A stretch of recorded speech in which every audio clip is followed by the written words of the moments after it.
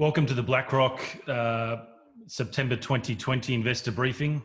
Today we are joined by John Vries, CEO and Managing Director, as well as Richard Crooks, Chairman of BlackRock Mining. Thank you for attending and your support for the company. John will deliver a presentation today with an update on the company's activities and outlook. With that, I hand over to you, John, to begin. Thank you, Elvis, and thank you everybody for coming in this morning. And we'll necessarily try to keep this briefing reasonably short, as we recognise we are in pre-market and people have a number of other things to attend to. What we're trying to do with this briefing is just bring people up to speed with where we are at BlackRock and really, in effect, answer three questions. And I get asked three questions routinely. That is, what's going on with POSCO, what's going on with Tanzania, and where we're at with finance. And I want to really put all those into context and explain what's going on. But what's really fundamentally defining BlackRock is we've put in place a really strong foundation, and that foundation is now transitioning us from project through to production. And just, you know, what that foundation is the enhanced DFS is defined a $1.2 billion opportunity, ungeared, real, post-tax. And we've validated that by running two independent pilot plants of 130 tonnes, really strong engagement on the ground with our host community. And I think the operating model's grounded in reality, and that's really stood the test in the last couple of weeks as POSCO has really stepped up and started doing due diligence. So fundamentally, where we're at with POSCO, as we released a couple of weeks ago, POSCO has actually now made batteries from Mahenge graphite and are testing those batteries into endurance testing. And that's a fundamentally important point, because we're the only graphite developer to have actually got our product into the hands of a major, and a major has taken that product into batteries and is testing batteries. And that's only possible because of the amount of work we've put in on the foundation. Detailed due diligence is progressing, and it is a very detailed due diligence as we work through with POSCO's advisors on that. And that really supports the approach we did early on by doing a heavy DFS. We knew we were going to be in this process at some point in time, and we prepared for that by putting in the effort early to make sure that we would pass through the DFS. And again, we're the only graphite developer in a position to be engaged with a due diligence exercise with an industry major. In terms of Tanzania, negotiations are in progress, and we're dealing with the same people that negotiated the Barrick deal. And to put that into context, we are the second company to get into that negotiating room after Barrick, and Barrick clearly had a lot more resources than we have. So to be number two in the queue, I think speaks incredibly well of our capacity to engage in Tanzania and the capacity to move that forward. And, you know, that's again validated by the export control release that we put out earlier this week, where we noted that graphite above 65% is now able to be exported, and that's moved from guidelines to regulations. So a very important conditions precedent for our financing process. In the middle of all that, we have been conducting the RAP and super strong community endorsement. And again, that really supports the legislative process that we are working through to resolve how that 16% free carry operates. Finally, in terms of finance, look, you know, clearly POSCO, resolving POSCO and resolving the Tanzania FCI, very significant conditions precedent for closing off finance for the deal. And the big one I keep getting asked is price discovery, and we want to touch on that a little bit later on in the deck. But in terms of finance, I do want to underscore that we're sitting on between $30 to $35 million of deferred credit arrangements with our EPCM syndicate. Again, that's something nobody else has been able to achieve. And that supports, again, the continued de-risking approach that we've put together for the project. A brief dive into the foundation. People have seen this slide in a number of forms before, but it sort of outlines, if you look at where we started in the PFS, and we've gone across and done an enormous amount of work to ensure that we've got a solid foundation under the organisation, so that when we do hit the process we are with POSCO, the process we are with the government and financing, that we don't backtrack on the work that we've done. We continue to move forward. And you know, the latest highlight in that point is the Tanzanian government export regulations. And once that's out of the way, clearly we start to move into the financing, the front end loading for construction. The point we've been able to do this is we've done the really important work at commercial scale. And graphite, as we've said a number of times, behaves differently to the experience we would in a gold or a base metal project. So our approach to this has been to develop enough evidence to allow us to support what we're representing to market, what we're representing to our customers and our finances. Fundamental of that is a very heavy DFS, and that DFS is put to test in the current DD process with POSCO, and it's about actually making sure that we have the right data. And in the project we're looking at in graphite, mining is reasonably straightforward. Metallurgy again can be a challenge, because what you're trying to do is preserve the value of your large flake, but really getting out there and understanding how customers may use your product requires a large amount of product that you can put in the hands of customers. In our case, we've done, you know, commercial scale spheronizing. We've taken batteries up to 300 cycles, and that gives us a great deal of confidence that when we take our product into POSCO's long-term battery testing, very, very confident how that's going to perform, because we did that a couple of years ago, again, knowing this is the space we're going to be in. In terms of our on-ground engagement in Tanzania, that's something that's really starting to come out of the DD process, that we've done a really, really good job there, and it has been a whole of country engagement. You know, the resettlement action plan, strong community endorsement, and people are really looking forward to A, the mine arriving, and B, jobs, but also the impact that means, the positive impact that has for the whole of the community. But it's more than just our local community. We're engaged with the logistics solution, where we use road-rail combination to reduce our vehicle interaction risk, but importantly we then use rail, which is a national asset, creates jobs, and simply leverages existing infrastructure. Same for our energy, which is, we'll bring that in from the hydro scheme, give us some green power credits there, but again we're using existing facilities and infrastructure that's in the country. And I think the novelty that we've brought in now, and I think it's really starting to stand up, is the dry stack residue disposal. And people increasingly look at your life of mine footprint. Having a dry stack as opposed to a wet tailings dam is really, really important in a developing economy where we are looking at long-term residue management risks can be a problem. So, you know, small footprints, but an enormously powerful and positive economic legacy for Tanzania.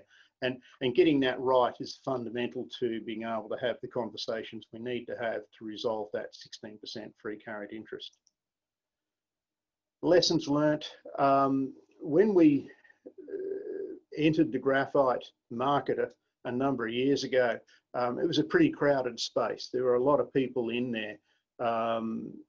We took our time a little bit more carefully, and along that way we've learnt a number of really tough lessons, and we've taken those into the business model. And the business model is really important, because one thing we've said, and we'll continue to say, is right sizing your project is very, very important. You know, at the size of Mahenge, at about 80 to 85,000 tonne a year of product, that's big enough to be investable. That throws off, you know, somewhere around $100, $120 million a year of sales. but it is small enough to be financeable. And that's where we come in at 116 mil. Why is it 116 mil? Because it's an option-rich project. So when we come in there and we put in the basis for module 1, we also put in place the basis for modules 2, 3, and 4. And the analogy I like to think about that is, if you were to look at the Sydney-Melbourne air route, when we could fly between Sydney and Melbourne, I think you can still fly Sydney-Melbourne, it's Melbourne-Sydney is the issue. If you did a pure rational economics, you would say, look, I'll put an A380 on it and I'll do 2 flights a day and fill the plane up. The reality is that that makes a lot of money when it's full and it bleeds cash when it's empty. You are much better off using a smaller aircraft, which is the A320. And that's exactly the same methodology we've developed for the Mahenge. We're in charge of the capital profile. We make the decisions when we add capacity. And importantly, we don't build a cost base that becomes unsustainable too early. The next key lesson we've learned is that the product goes into specific end use for customers. And that means you need to be able to physically put product in the hands of customers before customers will sign on. And that's very different from, a base metals type show where copper's copper and nickel's nickel. Graphite's not graphite. And we need to make sure that the product we produce is suitable for our end customers. And you need volume to do that. Our customers are manufacturers. So ultimately our product ends up in their products very quickly. So the unique features of the product we make fundamentally matter to individual customers. You need to be able to go all the way down that supply chain. They need to engage with their customers and the feedback comes back up that supply chain to us. We make adjustments to our plant. The other lesson we've learned is that you need to produce everything on site that is on spec. And in our case, that's really, really important because we're able to go up to 98% off a flotation circuit. We've demonstrated that at the pilot plant in China. That lets us start up at say 95 or 96%, and we know we're going to hit that target reasonably easily. So we're not putting off-spec material into the market and destroying the brand. And we just establish the brand at 95, 96 and walk it up to 98. If we were to have a fire sale of off-spec material, we'd educate the market that we would take poor pricing and it'd be very difficult to work our way out of that position. The other one is you need large volumes of material. We can drill out a graphite project and they're reasonably easy to find. You just look at the inventory discoveries that occurred in the last 4 years. But the challenge here is to actually have enough volume product to put in the hands of your customer. And that changes your entire sampling regime. In our case, we've had to do 130 tonnes through 2 pilot plants. We've actually had to take a 500-tonne sample and put it on the railway to demonstrate the railway works. And that 500-tonne sample remains in inventory to allow us to continue to work with customers that may need large volumes of sample to take it all the way through their supply chain. And the final part in the middle of all that is finance requires preparation because all that work sits underneath the financing equation. So when a banker walks in and looks at your project, they not only want to look at can you mine graphite, but have you de-risked that sales channel? Are you confident that the customers want your material? How confident are you around the price deck? And that's really the foundation that we've put underneath Mahenge. It's right sized, it's the right product, and we've gone the whole way through in terms of understanding that supply chain. A little bit about graphite market at the moment. It's really starting to come of age. We're seeing over the last couple of months real take up in EV applications. EVs is an interesting portion for us because it only accounts for 40% of our product. And I think that's the other unique feature of Mahenge is that our product covers a range of applications. So we're not simply stuck in one market. We don't have 90% of our material going to the EV market. We only have 40% of our product going into the EV market. And that's showing significant growth.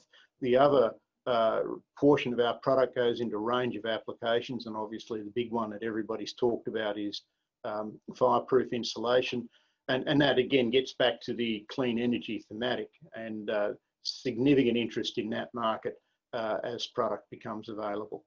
So we're sort of seeing in terms of EVs, particularly the battery type that's going on out there.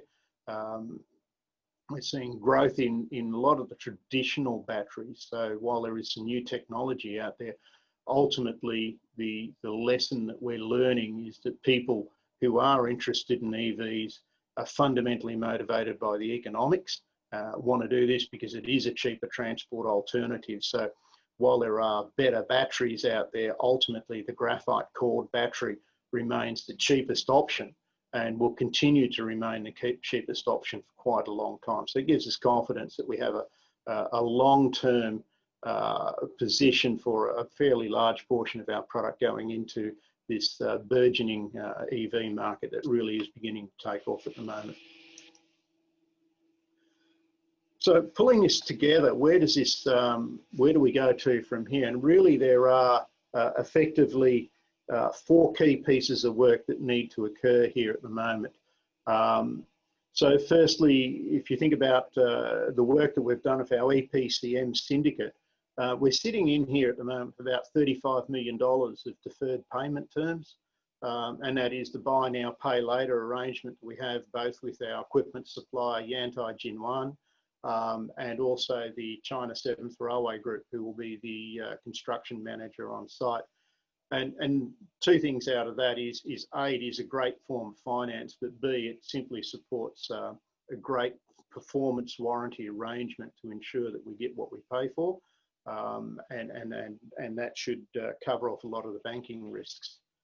The strong community endorsement that we are receiving from the Vries Settlement Action Plan, from the RAP process, and that's really important because, you know, in a country like Tanzania, it does support the legislative process.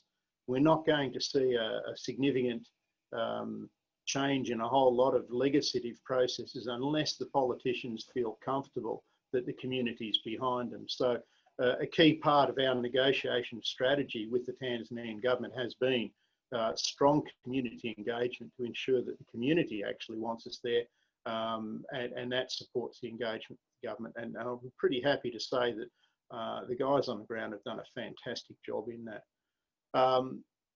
Rolling into the framework agreement, what that really does is it provides certainty and clarity around the investment agreement.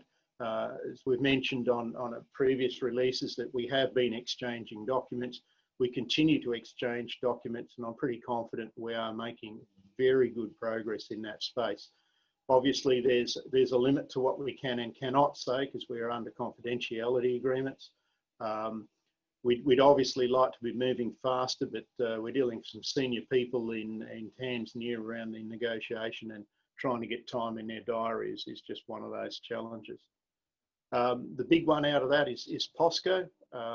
Again, that's been a very active engagement.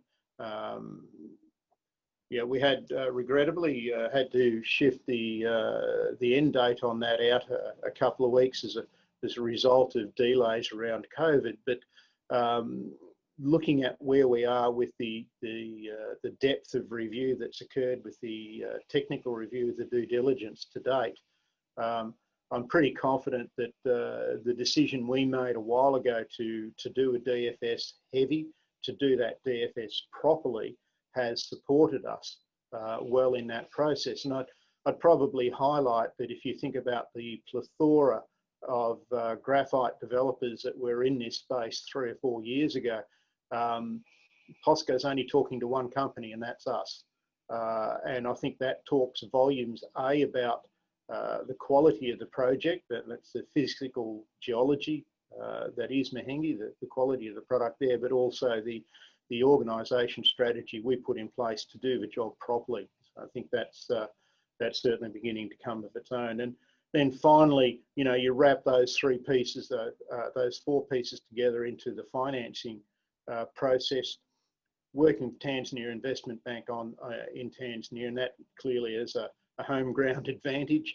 And that's a spirited engagement, and I think that's working very well. But we really need to get through the government and POSCO as very, very significant conditions precedent to closing off the finance agreement.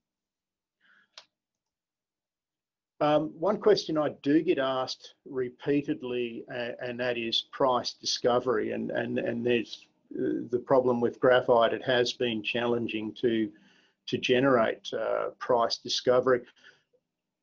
There are credible sources out there, and I think the underlining point I'd make about price discovery in graphite is that with China supplying about 85% of the global supply, if you're going to look for price discovery, you've got to look inside China. And there are a couple of websites you can start to look at there. There's RefWin, Asia Metal. Fast Markets is European. Their prices are slightly higher than what you'll do in China. And Bayinfo is reports on the entire EV complex. So it looks at lithium as well as graphite. So there's a plethora of data there. We've been able to take our favourite, which is RefWin, and look at RefWin's pricing and compare that to where we were at the DFS in November 2018.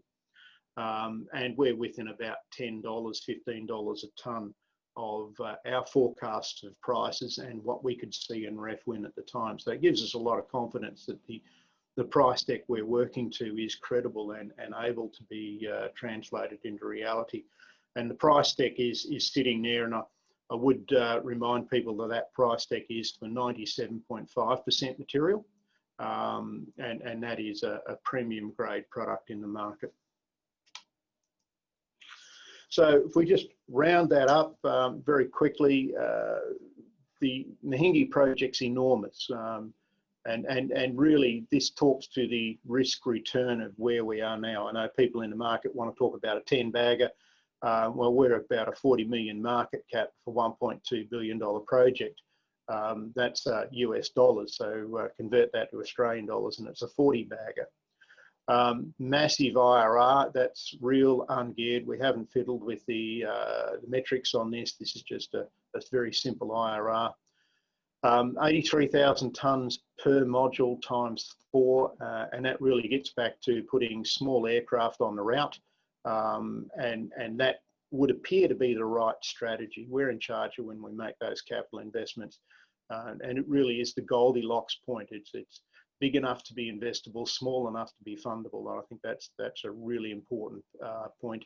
And in terms of the capital of 116 million, look, I'll put that up there. That gives us the capacity to execute against those 4 modules, but also we're the only graphite developer that's had an organisation such as SRK come in and have a look at our DFS and tear it to pieces and actually go over that capital number. And I think we're going to come out of that maybe in reasonably good condition and confident that 116 million is a real number. So I'll put that out there. It's been audited, it's been checked, and it's the best you're going to get. All-in sustaining cost of $500 a tonne. And then that's again very, very competitive with against the Chinese numbers in China. And the reason we can deliver against that is simply we have a strip ratio that is 0.5 to 1 versus 3 or 4 to 1 in China, and our head grade is 2 or 3 times higher than it is in China, and that really gives us that sustaining advantage. So that's a very simple roundup of where we are in BlackRock at the moment. So the 3 key points is heavily in DD with POSCO, but with batteries being tested, and I think that's a massive statement. The only organisation, the only graphite developer from the graphite party 3 or 4 years ago that's gone all the way through to have batteries tested by majors. We are the second company to be deeply engaged with the Tanzanian government, negotiating a free carried interest, preceded by Barrick, and clearly Barrick has a lot more firepower than we have. And finally, in terms of the financing process, really working to the home ground advantage, using TIB, but we already have $30 to $35 million of deferred credit arrangements sitting in there with our existing EPCPM portfolio. And I think, again, that talks to the depth of engagement we have with our execution team and the confidence we have of being able to hold that 116 mil in the field. So, ladies and gentlemen, I think that's a very, very short walkthrough and update where we are with Mahenge. I'm confident that over the next 2 to 3 months, as we finish the DD process with POSCO, as we complete the negotiations with the government, that we are at a very, very significant tipping point. And it seems to have been perfectly timed as the EV revolution really begins to turn from being something people talk about to something that's actually happening. So again, thank you very much for your time this morning. Our contact details are there if you need a bit more information. Please feel free, email or phone me, and we can go over this in a bit more detail. Thank you. Elvis. Thank you, John. Exciting time and pivotal time for the company. Thank you for attending, everyone. That closes the briefing. Please continue to follow the company on the website or through our digital channels, LinkedIn and Twitter, to keep up to date on the latest news. Thank you again for attending, and have a good day.